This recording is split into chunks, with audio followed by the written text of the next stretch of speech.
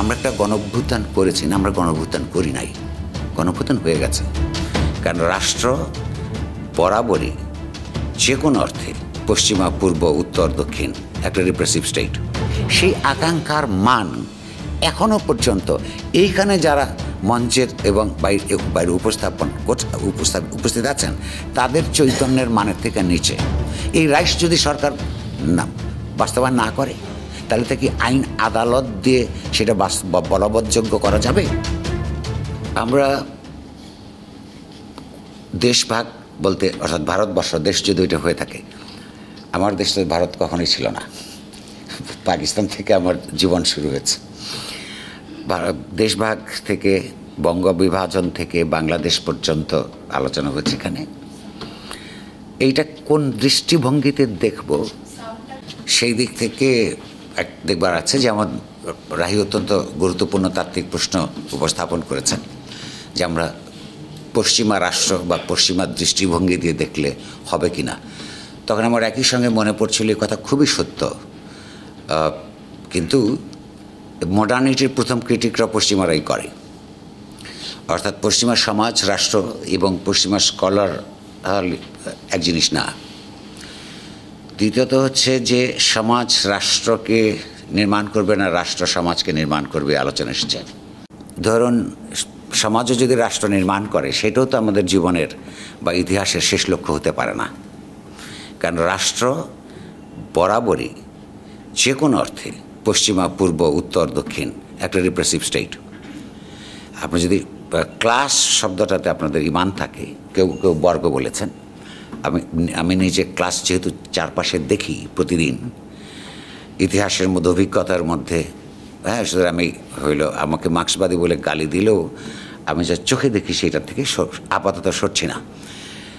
তো স্টেট মানে এটা ক্লাস স্টেট। তাহলে সমাজও যে রাষ্ট্র নির্মাণ করবে সেই রাষ্ট্রের মধ্যেও ক্লাস থাকবে। ফলে এই জন্যেই এক সময়কার ইতিহাস স্বপ্ন দেখেছে যে এমন একটা যেখানে ক্লাসই মানে রাষ্ট্রই থাকবার দরকার পড়বে না।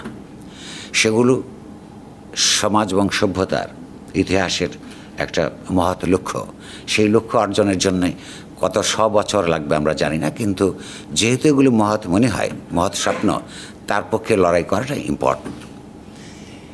আজকে যে কথাটা আমি এইটার মধ্যে সীমাবদ্ধ থাকতে চাই, তার মধ্যে পশ্চিমা শব্দ, ধারণা, আমাদের ইতিহাস, এগুলোর মধ্যে আসবে।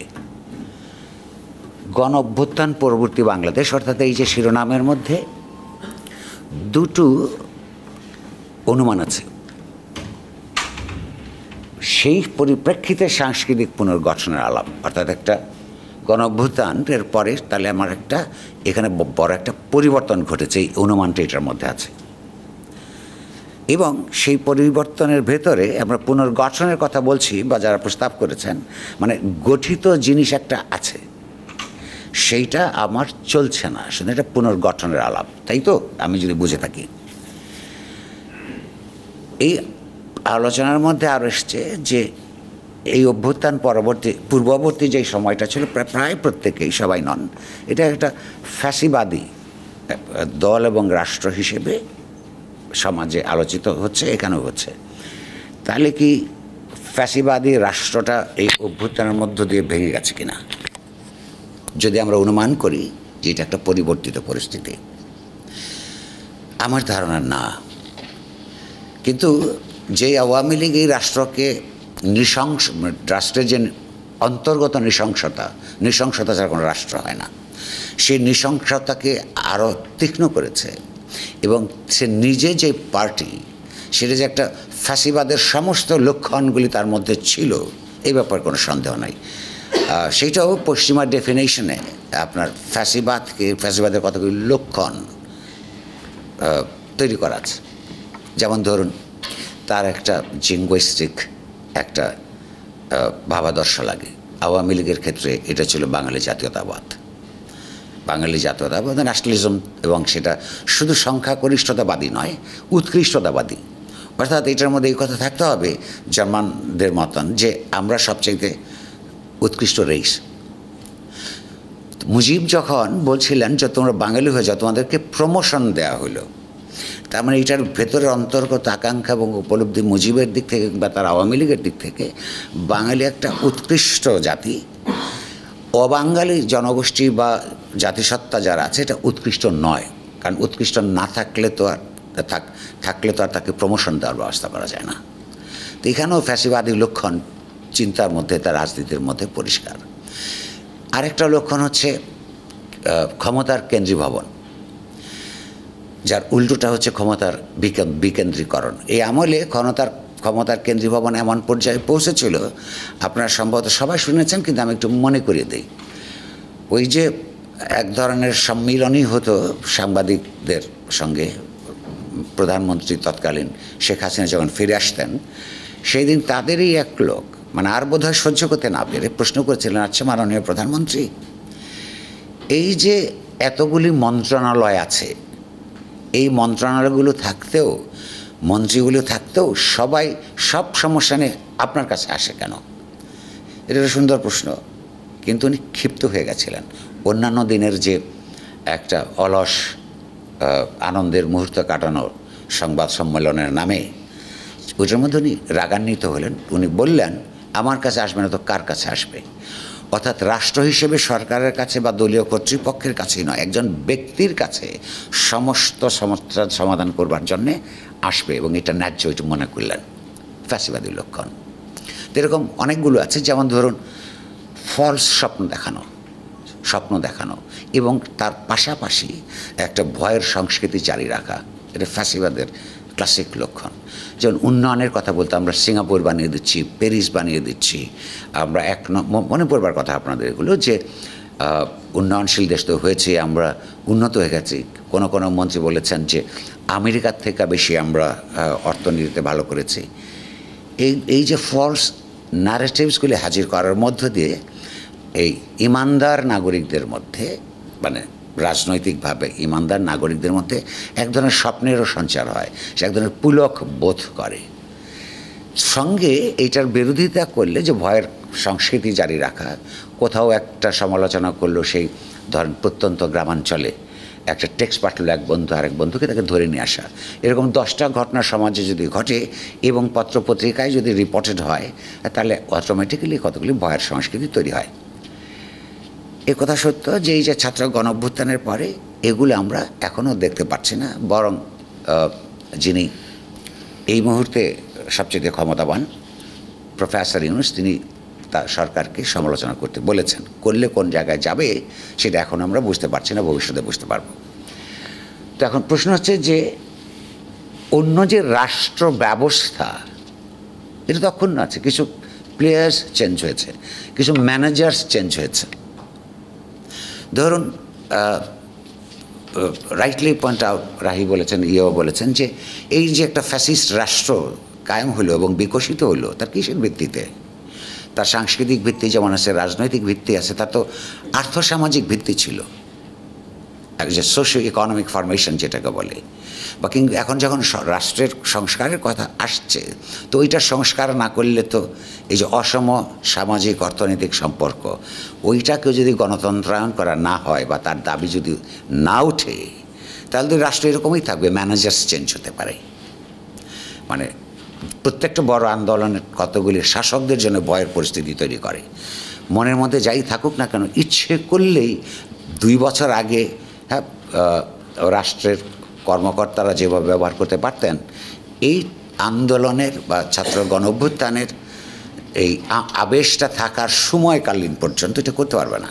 এটা প্রত্যেকটা বড় আন্দোলনের পরে হয়েছে, শেষ পর্যন্তগুলো ফিজলড আউট হয়েছে। কিন্তু ধরুন কয়েক বছর তার একটা প্রভাব থাকে, কিন্তু স্টেটটা যদি ওই রকমই থাকে এবং যেই সাংস্কৃতিক ভিত্তির উপরে এবং আর্থসামাজিক ভিত্তির উপরে স্টেট কাজ করে, সেইটাকে ভেঙে দেওয়া না পর্যন্ত আমরা যে আকাঙ্ক্ষার কথা বলছি সেটা বাস্তবায়ন হওয়া সম্ভব না। কিন্তু এই আকাঙ্ক্ষাগুলি আজকে কী কী আলোচনার মধ্যে আসছে, এই সমগীত যখন এই আলোচনাটা উদ্বোধন করে তখন কয়েকটা লক্ষণের কথা বলেছে। এটা দিয়ে আমি বুঝেছি যে এই লক্ষণগুলি তাদের পছন্দ নয়, আমাদের কারোরই পছন্দ নয়। অর্থাৎ আলোচনাটা এর মধ্যে থাকুক। কী দেখেছে? যেমন দেখেছে যে সেকুলার ইসলামের মধ্যেকার ভাগাভাগি, কিংবা বাঙালি অবাঙালি জনগোষ্ঠীর মধ্যকার ভাগাভাগি, কিংবা এই যে এখন এই যে নিপীড়নটা এই মুহূর্তে চলছে চিটাগং হিল ট্র্যাক্সে, কিংবা ধরুন এই যে মাজার ভাঙা, কিংবা এই যে পূজাকে সামনে করে মূর্তি ভেঙে দেওয়া, অর্থাৎ এই সমস্যাগুলি অনেক দিন এর আগেও ছিল, এখনও আছে। এটার আমরা একটা প্রতিকার ছাত্রগণ অভ্যুত্থানের পরিপ্রেক্ষিতে চাই, আমি যদি বুঝে থাকি। সেইটা করার জন্য কি করা যায়? তো এখন ওই ঐতিহাসিকতা খুব গুরুত্বপূর্ণ। ওই যে অধ্যাপক সাহেব বলেছেন, পাকিস্তান হলো that was A class struggle. শুধু ধর্মের নামে হয়েছে, সেইটা হলো আপনার উপরের দিকে রূপ। কেন ক্লাস স্ট্রাগল? 46 সালে যে নির্বাচন হয়েছিল এই অঞ্চলে, বেঙ্গলে, তৎকালীন ইস্ট বেঙ্গলে মুসলিম লীগ কিন্তু জমিদারি ব্যবস্থার বিরুদ্ধে স্লোগান দিয়েছিল। এই অঞ্চলে অধিকাংশ গরিব মানুষ নানান কারণে মুসলমান ছিল, সেটা নানান ঐতিহাসিক কারণ আছে কীভাবে হলো। তো তার এই জমিদারি সিস্টেমের বিরুদ্ধে কংগ্রেস দাঁড়ায়নি। আর শুধু কিন্তু এখানকার গরিব মুসলমানরাই মুসলিম লীগকে সমর্থন করেনি, খুব পরিষ্কারভাবে মনে করা রাখা দরকার। তফসিলি ফেডারেশনে মুসলিম লীগের পক্ষে তারা জয়েন্ট ইলেকশন করেছে, অর্থাৎ কংগ্রেসের বিরুদ্ধে এইখানে যে বর্ণ হিন্দু জমিদাররা, তাদের বিরুদ্ধে নিম্ন বর্ণের এবং নিম্ন বর্গের যে তফসিলি সম্প্রদায়, তারা এবং মুসলমানরা মিলে 1946 সালে ভোট দিয়ে আপনার এইখানে বেঙ্গলে নন কংগ্রেস যারা জমিদারতন্ত্রকে সমর্থন করেছে তার বিরুদ্ধে একটা জনমত গড়ে তুলেছিল, যার পরিপ্রেক্ষিতে 47 সালে ভাগে এটা এদিকে চলে এলো। তার যে মর্মের দিক থেকে সেই আন্দোলন একটা শ্রেণী সংগ্রাম ছিল। জমিদারের বিরুদ্ধে একদিক থেকে হচ্ছে গরিব কৃষকের সংগ্রাম, ও যারা দে হ্যাপেন টু বি মুসলিম, সে আগেই বলেছি নানান কারণে, আর তফসিলি সম্প্রদায়ের মানুষ যারা হিন্দু ধর্মের বলেও মন্দিরে পর্যন্ত প্রবেশাধিকার তাদের ছিল না, আনটাচেবলস ছিল। ফলে তাদের দিক থেকে কাস্ট সিস্টেমের বিরুদ্ধে এবং জমিদারতন্ত্রের বিরুদ্ধে এই সম্মিলিত সংগ্রামের মধ্যে আপনার পাকিস্তান তৈরি হয়েছিল। ফলে পাকিস্তান এই সম্পর্কে নানান ধরনের বিভ্রান্তি আছে ইতিহাসের মধ্যে, যে হিন্দু মুসলমানের মধ্যে ভাগ হয়ে কেবলমাত্র সাম্প্রদায়িক কারণে পাকিস্তান তৈরি হয়েছে, কথা সত্য নয়। কি যেমন সত্য নয় যে জিন্না দ্বিজাতি তত্ত্বের কি বলে এই প্রবর্তক, এটা আরেকটা অসত্য কথা। জিন্নার বহু আগে আপনার পরে যারা RSS করেন, গোয়ালকার, হ্যাঁ, তত্ত্ব দিয়েছিলেন যে কারা হলো এখানে মুসলমানদেরকে প্রথমে একটা ক্ষুদ্র সম্প্রদায় হিসেবে বলেছে, তারপর বলেছে এটা 36 সালের দিকে হয়ে গেছে, যে বলেছে যে বাংলাদেশ এই এলাকায় দুটো জাতি আছে, মুসলমান এবং হিন্দু। জিন্নার এই তত্ত্ব ধরতে আর অনেক সময় লাগছে, 40-তে ওইটা হলেও শেষ পর্যন্ত কিছু কিছু গবেষণা আছে যে তারা ওইটাকে একটা ব্ল্যাকমেইল করার চেষ্টা করেছেন, একটা কৌশলগত ব্যাপার, কিন্তু শেষ পর্যন্ত তাকে ওই জায়গায় যেতে হয়েছে। তো এরকম নানান বিভ্রান্তি আছে। বাংলাদেশ শীর্ষকে জাতির তত্ত্ব তো খুবই খারাপ। I am the last person to seriously nationalist, কারণ ন্যাশনালিজম এক্সক্লুডস। আপনি যখনই আপনি বলবেন, তখনই ওই যেই জনগোষ্ঠীর পার্টিকুলার মেজরিটেরিয়ান নেশনের কথা বলছেন, আপনি আর অন্যদেরকে এক্সক্লুড করতে হবে। কিন্তু একই সঙ্গে সত্য, আপনি যখন উপনিবেশবাদের বিরুদ্ধে কিংবা সাম্রাজ্যবাদের বিরুদ্ধে লড়াই করেন, ন্যাশনালিজমের একটা রোল এখন আছে, 71 সালেও ছিল। কিন্তু করতে গিয়ে এই ন্যাশনালিস্ট মুভমেন্ট করতে গিয়ে যারা এটা নেতৃত্ব দিয়েছিলেন, তারা তাদের নিজেদেরই পরিচালিত মুভমেন্টের বিরুদ্ধে একটা ঐতিহাসিক আপনার বেইমানি তারা করেছেন। পাকিস্তান কাঠামোর মধ্যে বাঙালি জাতিগোষ্ঠীকে নিপীড়ন করে বলে যেই পাকিস্তানের বিরুদ্ধে লড়াইটা হলো, সেই বাংলাদেশ ন্যাশনালিস্ট মুভমেন্টের মধ্যে দিয়ে তৈরি হলেও ওই মুভমেন্ট স্বাধীনতা সংগ্রামের আগে আমরা স্বায়ত্তশাসনের সংগ্রাম করেছেন আমাদের পূর্বপুরুষরা। তাহলে স্বায়ত্তশাসন হয় নাই বলেই শেষ পর্যন্ত স্বাধীনতার সংগ্রামের মধ্যে আমাদের ইতিহাসের মধ্যে আমরা ওইদিকে দেখেছি। তাহলে স্বাধীন বাংলাদেশ যখন হলো, সেটা কি শুধুই বাঙালিরা লড়াই করেছিল? নো, যদি করতো, চিটাগং হিল ট্র্যাক্সের চাকমা এবং অন্য সম্প্রদায়ের মধ্যে 2 জন বীর বিক্রম কোত্থেকে আসলো? ওটা তো নিজেরা ঘোষণা দেয় নাই, তৎকালীন আওয়ামী লীগের সরকারের প্রধান তো এটা দিয়েছেন। তাহলে ওরা যদি যুদ্ধটা নাও করত, এবং চিটাগং হিল ট্র্যাক্সে তারা যুদ্ধ না করলেও নৈতিকভাবে আপনি ইনসাফের কথা বলছেন, আপনারা তাদেরকে আপনি খুব কী বলে যে সমালোচনা করতে পারতেন না। কেন? যেমন তাদের বিরুদ্ধে এখানকার অর্ধশিক্ষিত মধ্যবিত্ত বাঙালি এলিট দুটো অভিযোগ আনে চিটাগং হিল ট্র্যাক্সের চাকমা, মারমা এবং অন্যান্য সম্প্রদায়ের মধ্যে, কি যারা পাকিস্তান হওয়ার সময় ভারতের সঙ্গে থাকতে চেয়েছিল। হ্যাঁ, চেয়েছিল একটা অংশ, এবং হোয়াই নট। যখন আপনার মূল স্লোগান হবে ধর্মভিত্তিক, এবং এই অঞ্চলের গরিব কৃষক কিংবা আপনার তফসিলি সম্প্রদায়ের লোকের যে বৈষয়িক সমস্যা 1900 সালের অ্যাক্টের অধীনে ওই এলাকার মানুষের সেই সমস্যা ছিল না, তাহলে তারা তো অধিকাংশই অমুসলমান। তা আপনি এটা মুসলমানদের জন্য দেশ বানাবেন, সেটার জন্যে অমুসলমান জনগোষ্ঠীর যারা ওই অর্থে নিপীড়িত না, তাদের উত্তেজনা থাকবার কোনো কারণ নাই। কিন্তু তারপরেও তারা পাকিস্তান রাষ্ট্রের বিরুদ্ধে কোনো সমস্যা করেছে এরকম ইতিহাসের মধ্যে নাই। কিছু কিছু অন্তর আপনার ভূ রাজনীতি রিজিওনাল রাজনীতির মধ্যে খোঁচাখুচি যেগুলো ছিল, সেটা ওই ভারতের মধ্যে যারা ছিল মিজো সম্প্রদায় বলুন, অন্যরাও বলুন, তারাও করেছে, তাদের সঙ্গে একটা যোগাযোগ ছিল নানান আপনার ভৌগোলিক কারণে। তো বাংলাদেশ হওয়ার সময়ও বাঙালি জাতীয়তাবাদের ভিত্তিতে যদি রাষ্ট্র হয়, তো সেটা তো বাঙালি না, তো সেই সংগ্রাম নিয়ে তার উত্তেজনা বোধ করবার কি আছে? থাকবার তো কথা না। কিন্তু তারপরেও তারা যুদ্ধ করেছে, মনে করেছে পাকিস্তান থেকে বিভক্ত এখানে এলে তারা একটা সম্প্রীতিমূলক সম্পর্কের মধ্যে এই বৃহত্তর জনগোষ্ঠীর সঙ্গে তারা থাকতে পারবে। কিন্তু স্বাধীন বাংলাদেশের শাসক কিন্তু সেটা করে নাই। কী কী করেছে ইতিমধ্যে বহুবার আলোচনা হয়েছে। এবং ওই যে আউট নাম্বার করা, বলেছে যে তোমার সংখ্যা কত, আমি তার চেয়ে বেশি লোক পাঠাবো। যেমন ঐতিহাসিকভাবে এই প্রশ্নটা যে উত্থাপন করেছে গুরুত্বপূর্ণ, ধরে নেওয়া হয় পাবলিক পারসেপশনের মধ্যে এই কাজটা প্রথম জিয়া করেছে, রংপুর থেকে লোক পাঠিয়েছে ওইখানে। বাট এটার তত্ত্ব তো মুজিব দিয়েছেন, is on record to website, that দলিলপত্র আছে, কবে কোথায় কটার সময় বলেছে আছে, তো একটু কষ্ট করে খুঁজলেই হয়। তো এই যে আউট নাম্বার করে তাদেরকে দমন করবার যে নীতি, এটা তো স্বাধীন বাংলাদেশে একটা জাতিরাষ্ট্র হয়ে যাওয়ার পরেই এই ঘটনা ঘটতে শুরু করলো। ফলে সেইটা কখনো আউট নাম্বার করে, কখনো মিলিটারি দিয়ে তাদেরকে তো আদারিং করা, যেটা হচ্ছে আমরা আর তারা।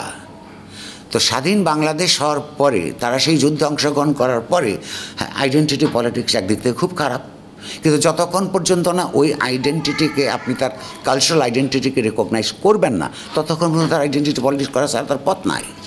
সুতরাং সে তার সংস্কৃতির কথা বলবে, আর আপনি বলবেন যে আমারটা সুপিরিয়র, তো হয় না। সব সংস্কৃতির ভিতরে অন্যের দৃষ্টিতে অনেক সীমাবদ্ধতা আছে, অনেক উন্নত জিনিস আছে যদি আপনি ক্রিটিক্যালি দেখতে চান।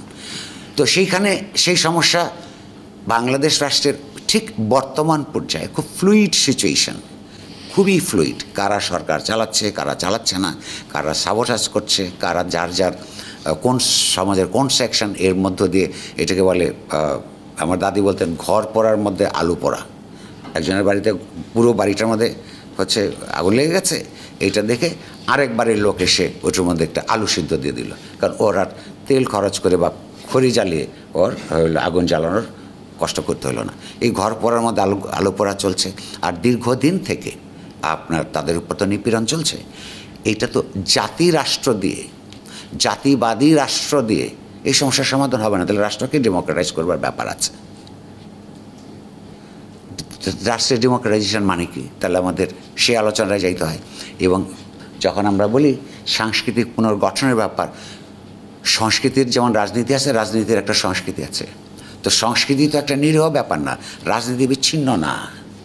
তাহলে আমাদেরকে এই সময় একদিকে রাষ্ট্রের গণতন্ত্রায়নের কথা, যারা গণতান্ত্রিক সংস্কারের কথা বলছেন, তারা ওই যে আপনার সামাজিক অর্থনৈতিক সম্পর্কের সংস্কার করার কথা বলছেন না। আবার এখনও পর্যন্ত বাঙালি এবং অবাঙালি জনগোষ্ঠীর মধ্যে সম্পর্কটা কি হবে, সে আলোচনাও যারা সংস্কারের সঙ্গে জড়িত কমিটি টর্বিন হচ্ছে তাদের মুখে আমরা এখনও শুনি নাই। হিন্দু মুসলমান প্রশ্নে ধরুন আমরা এটা কীভাবে দেখব, ধরুন আমি নিজে শুনেছি, নিশ্চয়ই আপনারাও কেউ কেউ শুনেছেন যারা একটু রাত জাগেন। একজন ধরেন যে পুলিশ কর্মকর্তারা, বেনজিরের শাস্তি হওয়া উচিত কিংবা হারুনের শাস্তি হওয়া উচিত নিশ্চয়ই, তাহলে কি বিপ্লবের শাস্তি হওয়া উচিত না? এখন যে অপরাধে মুসলমান ধর্মাবলম্বী পুলিশ অফিসারের বিচার করা দরকার, সে হিন্দু ধর্মাবলম্বী একই অপরাধীকে যদি বিচারের দাবি জানান, আর এইটা যদি ক্যাম্পেইন হয় একটা সাম্প্রদায়িক ব্যাপার, এরপর অন্যায় কথা। কিংবা ধরুন আমি যেটা রাতের কথা বললাম, আমি একদিন স্তম্ভিত হয়ে শুনলাম দক্ষিণ বাংলার ধীরেন্দ্র দেবনাথ শম্ভু নামে এক ভদ্রলোক 2024 সালের ইলেকশনের কিছুদিন আগে টেলিভিশনের লাইভ বলছেন, বিএনপি যদি অথবা বিএনপির কোনো পার্টনাররা যদি এই ইলেকশন নিয়ে কোনো ঝামেলা করে, বরিশালের ভাষা, আমার বাড়ি শ্বশুর বাড়ি, আমি এগুলি জানি, আমার শ্বশুর বাড়ি ওইখানে, বলে ঠ্যাঙের নলি ভাঙা দিব, টেলিভিশন লাইভ। এখন তো ওই পাশের এমপি মুসলমান ধর্মাবলম্বী আর ধীরেন্দ্রনাথ শম্ভু হিন্দু ধর্মাবলম্বী, তার বাড়িতে যদি অ্যাটাক করা কি ভালো কাজ কি খারাপ কাজ সেটা আরেক আলোচনা। তাহলে এটা কি ভিন্নভাবে দেখতে হবে? এটা কি সাম্প্রদায়িক অ্যাটাক হিসাবে দেখতে হবে? আমি তো কোনো কারণ দেখি না। অর্থাৎ আওয়ামী লীগের ব্যাপারে ক্ষুদ্র প্রতিক্রিয়া ব্যক্ত করা আর আওয়ামী লীগের হিন্দু ধর্মাবলম্বী এমপির ব্যাপারে ক্ষুদ্র প্রতিক্রিয়া ব্যক্ত করা, এটা তো দুই জিনিস না। তো এই যে রিলিজিয়াস আইডেন্টিটি কিংবা আপনার জাতিগত আইডেন্টিটি, যতক্ষণ পর্যন্ত না একটা চুক্তির ভিত্তিতে যে আলোচনা উঠছে যে একটা রাষ্ট্রের কনস্টিটিউশন মানে কি, একটা সোশ্যাল কন্ট্রাক্ট, সামাজিক চুক্তি, এই আন্দোলনের ভেতর দিয়ে স্লোগানগুলি কিছু কিছু সেক্টরে এসছে, বাট এটা তো 20-30 বছর ধরে এই আলোচনা হচ্ছে সমাজের মধ্যে যে একটা নতুন সেটেলমেন্ট দরকার।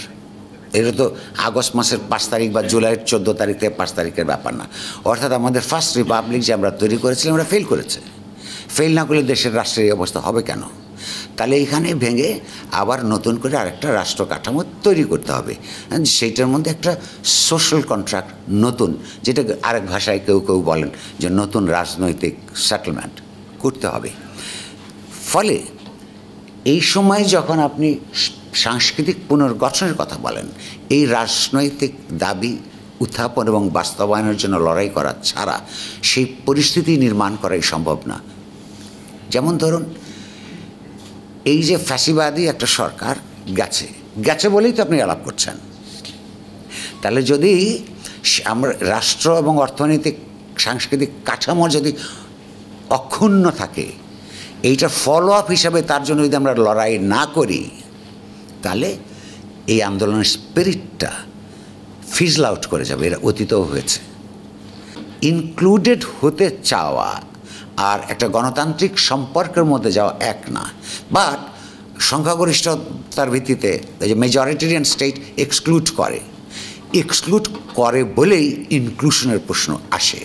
সেটা কীভাবে আপনি ব্যাখ্যা করবেন তার উপর নির্ভর করবে। কিন্তু ইকুয়াল নাগরিক হিসেবে যেমন আপনার একটা কন্ট্রাক্টের একটা পয়েন্ট থাকা দরকার, কিন্তু তার রাজনৈতিক, ধর্মীয়, লৈঙ্গিক এবং তার যে সাংস্কৃতিক এবং জাতিগত এইগুলোর আইডেন্টিটি রিকগনাইজ করা অত গুরুত্বপূর্ণ।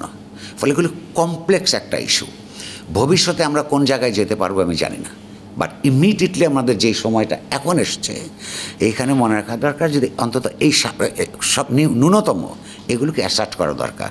এগুলো কিন্তু যারাই কর্মকর্তা হিসেবে বা মন্ত্রী হিসেবে কিংবা এই যে কমিটি হচ্ছে রিফর্মস কমিটি, এই সবগুলি তাদের মাথায় একসাথে আছে এখনও আমার কাছে অন্তত মনে হয় না। বাট এগুলো তো আনবার জন্য এক ধরনের চেষ্টা অব্যাহত রাখতে হবে, তা নাহলে এটা ফিজল আউট করবেই, সেটা আরেকটা দুঃখের ঘটনা হবে। বারবার এটা হয়।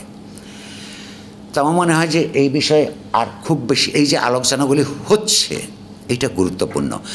আর স্পিরিটের নিজে কথা হয়েছে যে আপনার এই গণ অভ্যুত্থানের লেটস বি ক্যান্ডিড, কলে স্পেড এই আন্দোলনটা এইরকম কোনো স্পিরিটকে সামনে রেখে হয় নাই।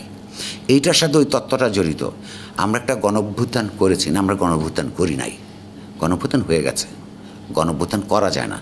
গণঅভ্যুত্থান যদি একটা প্রকল্প হয়, হ্যাঁ, তাহলে এখন থেকে সেটা কাজ করতে করতে অমুক জায়গায় তারিখ মোটামুটি কাছাকাছি বলা যাবে। এটা হয়ে গেছে। কেন হয়ে গেছে? যে একটা এমনি 15 বছর ধরে মানুষ নানা ধরনের নিপীড়নমূলক ব্যবস্থার মধ্যে আছে, তার নিঃশ্বাস নেওয়ার সময় ছিল না। আর অর্থনৈতিক অবস্থা আওয়ামী লীগ ঠিক যা বলতো ঠিক উল্টাটা হলো সত্য। দ্রব্যমূল্য বৃদ্ধি, আপনার একটা যে প্রান্তিক জনগোষ্ঠীর অবস্থা খুবই খারাপ হয়ে গেছিলো। মধ্যবিত্তের যারা ফিক্সড ইনকাম গ্রুপ, হ্যাঁ, তারা প্রতিদিন উন্নয়নের কথা শুনে আর প্রতিদিন বাজারে গিয়ে দেখে অবস্থা কাহিল।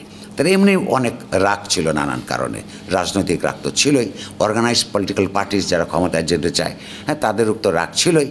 কোটা সংস্কারের প্রথমে এটা তো অস্বীকার করার কিছু নয়। ওরা ওই কোটা সংস্কার আন্দোলনটা নিজেই কিন্তু একটা শুধু সামাজিক আন্দোলন, রাজনৈতিক অর্থনৈতিক আন্দোলনও। অর্থনৈতিক আন্দোলন এই কারণে ছিল যে সে যে চাকরিটা করবে, তো সে বিশেষ হতে চায় কেন? এর চেয়ে বেটার অপরচুনিটি, যেই সমাজের মধ্যে উদ্বৃত্ত সম্পদ পাচার হয়ে যায়, লুট হয়ে যায়, এখানে একটা ভালো প্রাইভেট সেক্টরও তৈরি হয় না যে আপনার পর্যাপ্ত চাকরির ব্যবস্থা করতে পারবে। সে তো তার রাষ্ট্রীয় চাকরির উপর নির্ভর করা ছাড়া তার কোনো পথ নাই। আচ্ছা, এখন তাহলে এটা তার জীবিকার সংগ্রাম, তো জীবিকার সংগ্রাম তো অর্থনৈতিক সংগ্রাম। সেটা রাজনৈতিকভাবে বাস্তবায়ন করার জন্যে সরকারের কাছে এই দাবি জানানো ছাড়া তার পথ নাই। কিন্তু তারা যখন এটা নিয়ে ইয়ার্কি মারতে শুরু করলো 18 সাল থেকে বছরের পর বছর এগুলি করছে, এবং করছে আবার হচ্ছে খুব অন্যায়ভাবে। যেই রাষ্ট্র তারা কায়েম করেছে, এই দেশের শাসক শ্রেণী, সেই রাষ্ট্রের যে নিয়মকানুন এইটাও তারা মানে না। কারণ এই রাষ্ট্রেরই তো প্রধানমন্ত্রী শপথ নেন যে রাগ বিরাগের ইয়ে হয়ে বশবর্তী হয়ে কোনো সিদ্ধান্ত নেবেন না, কিন্তু উনি নিজেই তো স্বীকার করেছেন আমি বিরক্ত হয়ে কোটা সিস্টেম বাদ দিয়ে দিয়েছি, মনে আছে? তো এই যদি এরকম একটা ফ্যাসিস্ট রাষ্ট্র, তোমরাই বানাও কনস্টিটিউশন, হ্যাঁ, তোমরাই যেভাবে খুশি চালাও, তার মধ্যে যে লেখা আছে তুমি সেইটাও মানো না, রাগ হবেই। সেই রাগটা তাহলে যেহেতু কোটাটা কত পার্সেন্ট কার জন্য থাকবে, এটা তো রাজনৈতিক সিদ্ধান্ত রাষ্ট্রের দিক থেকে। তাহলে সেই সিদ্ধান্ত যখন এই ছাত্রদের ভালো লাগে নাই, শিক্ষার্থীদের, ছাত্রছাত্রীদের, তো তখন তো সরকারই যেহেতু সিদ্ধান্ত নিতে পারে এবং সরকার একটা রাজনৈতিক ব্যাপার, তাহলে তার বিরুদ্ধে প্রতিবাদ করতে রাজনৈতিক সংগ্রাম। মানে কোটার সংস্কার তো কোনো বিচ্ছিন্ন কোনো সংগ্রাম না, তার অর্থনৈতিক তাগিদ থেকে, সামাজিক অর্থনৈতিক তাগিদ থেকে ওই রাফটা বাস্তবায়ন করতে হলে যে রাজনৈতিক সিদ্ধান্ত গ্রহণ করতে হয় একটা সরকারকে, ফলে রাজনৈতিক সংগ্রাম হচ্ছিল। কিন্তু সেই সংগ্রামে এর বাইরে তো তখনও কিছু ছিল না। সমাজের মধ্যে দীর্ঘদিন নানান কথাবার্তা ছিল। অগাস্ট মাসের 3 তারিখের আগে এই ছাত্র নেতারা শেখ হাসিনার পতনের কথা বলেনি, এবং যেদিন তারা বললেন সেদিন খুব অত্যন্ত সততার সঙ্গে তারা একটা কথা স্বীকার করেছে যে আমরা এইটা আমাদের কর্মসূচি ছিল না, কিন্তু আন্দোলনের মধ্য দিয়ে দেখা যাচ্ছে মাঠে রাস্তায় যারা মরছেন, গুলি খাচ্ছেন, আহত নিহত হচ্ছেন, তারপরে যারা লড়াই করছেন, তাদের যে আকাঙ্ক্ষা মাঠে ফুটে উঠেছে, সেইটাই ওদের ভাষায় আমি বলছি ওইটাই আমাদের দাবি। অর্থাৎ সমাজের মধ্যে ইতিপূর্বে দীর্ঘদিনে যে কতগুলি আকাঙ্ক্ষা তৈরি হয়েছে, সেই আকাঙ্ক্ষার মান এখনও পর্যন্ত এইখানে যারা মঞ্চের এবং বাইরে উপস্থিত আছেন তাদের চৈতন্যের মানের থেকে নিচে। কারণ আমরা আলাপ করছি সমাজ রাষ্ট্র বানাবে না রাষ্ট্র সমাজ বানাবে, খুব গুরুত্বপূর্ণ প্রশ্ন।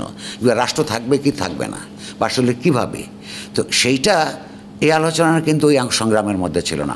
সর্বোচ্চ কী আছে, এবং আমার ধারণা, এটা আমার অনুমান ভুল হলে আমি খুশি হব, এইখানে শেষ পর্যন্ত যে রাষ্ট্র সংস্কার এই আন্দোলনের মধ্য দিয়ে হবে, সেটা হচ্ছে যে ইতিমধ্যে গত প্রায় 30 বছরে কতগুলো মত জেনারেটেড হয়েছে এখানে মেইন স্ট্রিম রাজনীতির মধ্যে। ওই যে ধরুন প্রেসিডেন্ট আর প্রধানমন্ত্রীর মধ্যে ক্ষমতার চেকস অ্যান্ড ব্যালেন্স, 70 অনুচ্ছেদ থাকবে কি থাকবে না, কিংবা ওই সাপ্রেশন অফ জুডিশিয়ারিটা আরও একটু ইফেক্টিভ করা যায় কিনা, কিংবা না, এবং আপনার টেনিউর কত, এই আলোচনাগুলি গত 20-30 বছর ধরে সমাজে আছে না, এইগুলোর একটা কনক্লুসিভ জায়গায় এটা যাবে। অর্থাৎ জেনারেলি রুলিং ক্লাস এবং তার ইমিডিয়েট নিচে যেগুলো আছে, সেইখানে আপনার এই জিনিসগুলো অলরেডি একটা কনসেনসাস হয়ে আছে। এই কনসেনসাসগুলো এই নতুন করে অথবা পুনর্লিখিত যেভাবে হোক না কেন এই সংবিধানের মধ্যে ঢুকবে বলে আমি নিশ্চিত পর্যন্ত বলতে পারি। কিন্তু পরে আপনার আমার যে আকাঙ্ক্ষা, বৃহত্তর গণতান্ত্রিক আকাঙ্ক্ষা, রাষ্ট্রকে জবাবদিহির মধ্যে রাখবার যে আকাঙ্ক্ষা, এগুলোর মধ্যে কিংবা আপনার এই যে রেশিয়াল কনফ্লিক্টের বাইরে গিয়ে এক ধরনের হারমোনি তৈরি করবার, তার রাইটসকে স্বীকৃতি দিয়ে এগুলো করবার আকাঙ্ক্ষা, এগুলো ঢুকানোর চেষ্টা করতে হবে। এই সংগ্রামটা এই কমিটিগুলি যখন কাজ করতে শুরু করবে আমাদের মানে খুব প্র্যাগম্যাটিক লেভেলে, এই সময় আমরা ভবিষ্যতে কী করতে চাই, কেন করতে চাই, এই স্বপ্ন কেন ন্যায্য, সেটা যেমন বলতে হবে। কিন্তু ইতিমধ্যে এটা বলতে গিয়ে যাতে আমরা এই ট্রেনটা মিস না করি। দুইটা পয়েন্টও যদি আপনার মধ্যে ঢুকাতে পারেন, এখানে ঢুকাতে পারলেই বাস্তবে হয়ে যাবে তা না। বাংলাদেশে যে সংবিধান আছে, সে রাষ্ট্রের সেই সংবিধানের মধ্যে অনেক বেশ কিছু ভালো কথা আছে, রাইটসের কথা আছে। তো ধরুন 5টা ফান্ডামেন্টাল রাইটস এর কথা আছে, এটা নাগরিকের রাইটস। কিন্তু যেটা নাই, এই রাইটস যদি সরকার না বাস্তবায়ন না করে, তাহলে তো কি আইন আদালত দিয়ে সেটা বলবৎযোগ্য করা যাবে? এটা নাই, তা আমরা দাবি করি না কেন? আপনি বলে রাখলেন যে প্রত্যেকের হোম থাকবে, হোম যদি থাকে, কিন্তু হোমলেস নাগরিক যদি থাকে, ওখানে তুমি আমার হোমের কথা বলছো, খাদ্য, বস্ত্র, চিকিৎসা, বাসস্থান, শিক্ষা, এগুলির কথা আছে না? মৌলিক অধিকার হিসেবে 53 বছরদের স্বীকৃতি দেওয়া আছে। তো সেইটা বলবৎযোগ্য কিনা আইনের মাধ্যমে, সরকারের বিরুদ্ধে মামলা করে সরকারকে জেলে নেওয়া যাবে কিনা, চেষ্টা করি আমরা এটা সবাই মিলে। একটু আগাইল, বাট এইটা যে একটা দাবি হইতে পারে সমাজের মধ্যে, ওই পর্যন্তই কিন্তু খুশি সবাই আছে যে ফান্ডামেন্টাল রাইটস আমাদের দেওয়া আছে, এটা বলবৎযোগ্য কিনা আইনের মাধ্যমে। আগাইতে হবে। তো মানুষ বা যে কোনো জনগোষ্ঠীর দুই পদ্ধতিতে আগায়। একটা হচ্ছে বৈপ্লবিক পরিবর্তন, একদম পুরানো রাষ্ট্রপাট অর্থনীতি, সশস্ত্র সংগ্রামের মধ্যে বাদ দিয়ে, এবং পুরনো রাষ্ট্রের যে পাহারাদাররা থাকে, হ্যাঁ, তাদেরকে উৎখাত করে নতুন শক্তির মধ্য দিয়ে নতুন রাষ্ট্র গড়ে তোলা। সেইটা যতক্ষণ না হয় ততক্ষণ পর্যন্ত সে সংস্কারের মধ্য দিয়ে আগায় আস্তে আস্তে যতটুকু পারে। কারণ আমি কবে বিপ্লব করব, তারপরেই হইলো এই ভিখিরিটাকে তারপর অটোমেটিক্যালি খাবার পাবে, আমি এখন ভিক্ষা দিব না। এটা ছোটকালে হলো আমার দাদারা বলতো, ফকির দেখলে বলতো, কমিউনিস্ট পার্টির লোক ছিল, হ্যাঁ, ফকির দেখলে বলতো এইগুলির ভিক্ষা দিও না, এগুলো সব ঠিক হয়ে যাবে, এদের সব খারাপ হয়ে যাবে, আর বাবা লোকটা মারা যাবে। এটা আমার কোনো মার্কস লেনিন পড়ে বুঝি নাই, কাণ্ড-জ্ঞান থেকে বুঝছি। আচ্ছা, বিপ্লব হইলে না হয় হবে, কিন্তু আমার দাদারা আপনার একজন কংগ্রেস করতো আর একজন কমিউনিস্ট পার্টির লোক ছিল। তো কংগ্রেসিদের আমরা একটু বড় হয়ে, যখন কংগ্রেসের জমিদার, তো আমার দাদা জমিদার ছিলেন না, হ্যাঁ, না হইলে তার যে এনার্জি ভুল জায়গায় ব্যয় করেছেন, সেটা আমরা ধরেন কলেজে ওঠার সময় আমরা বুঝছি। কিন্তু ওই কমিউনিস্ট যে দাদা, সে দাদা তো এই কথা বলতো। তো প্রশ্নটা হচ্ছে যে যতক্ষণ না ওই বড় ধরনের বৈপ্লবিক পরিবর্তনের পর্যন্ত আমরা পৌঁছাতে পারি, এবং সেইটা পৌঁছাতে হলে কিন্তু এই কয়েকজন লোকের মধ্যে ওই চিন্তার গ্রহণযোগ্যতা দিয়ে হবে না। বৃহত্তর জনগোষ্ঠীর মধ্যে সেই আকাঙ্ক্ষাগুলি সঞ্চারিত করতে হবে।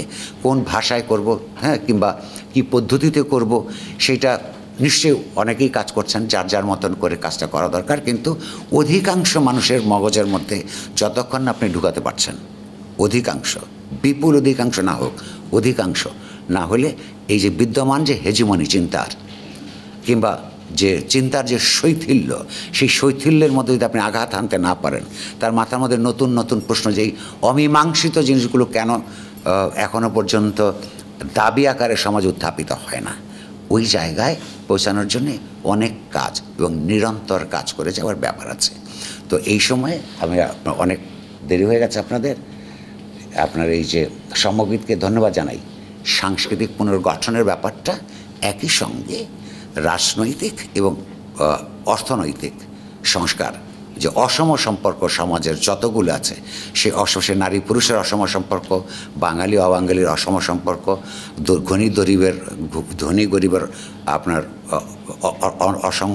অসম সম্পর্ক, এইগুলির বিরুদ্ধে লড়াই এবং সাংস্কৃতিক পুনর্গঠনের লড়াই একই। আপনাদেরকে সবাইকে ধন্যবাদ।